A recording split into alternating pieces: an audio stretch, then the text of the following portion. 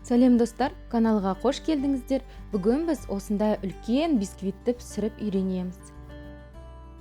Оған керек өнімдер: жұмыртқа, қант, нан қопсытқыш және ұн.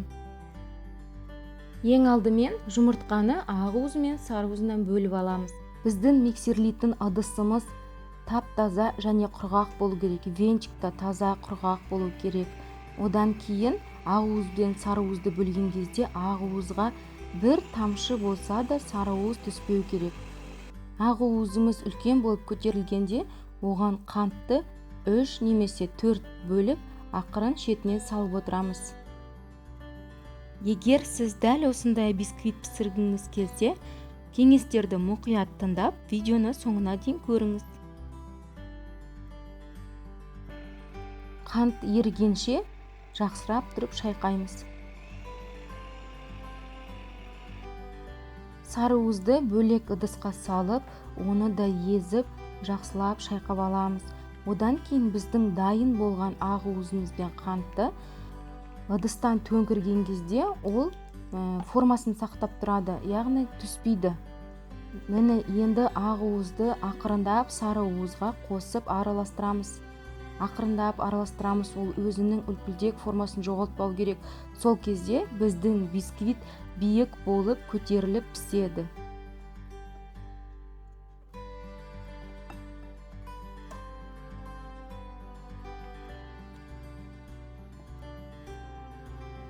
Достар, каналға тіркеліп, подписаться батырмасын басып, қоңыраушаны басып, рецептерді жібермей көріңіздер.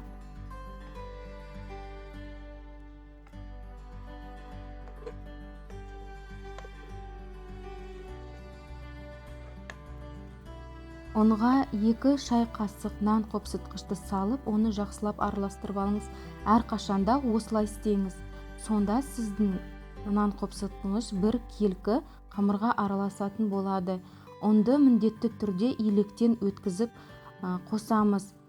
3, 4 немесе 5 бөлікке салып араластырамыз. Араластырғанда астынан үстіне қарай араластырыңыз. Осылай астынан үстіне қарай сілкілдетіп араластырсаңыз, ұн арасында домалақ-домалақ болып қалмайды. Міне біздің қамыр дайын.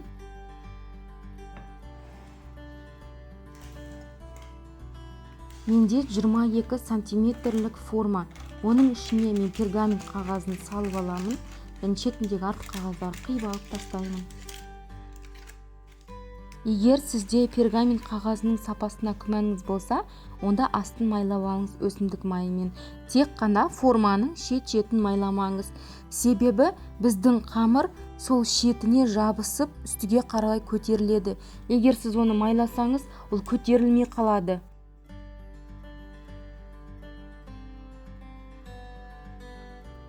Қамырды салып болғаннан кейін, оның бетін тегістеп, ақырын стөлге соғамыз. Сонда оның ішінде қамыр бір келкі болып отырады. Ақырын стөлге осы видеодағыдай соғып қойсаңыз болады. Сіздің пешіңіз алдын ала 15 минут, 10 минут бұрын қызып тұру керек. Бір қалыпты температура 190 градуста 25 немесе 30 минутқа пісіресіз.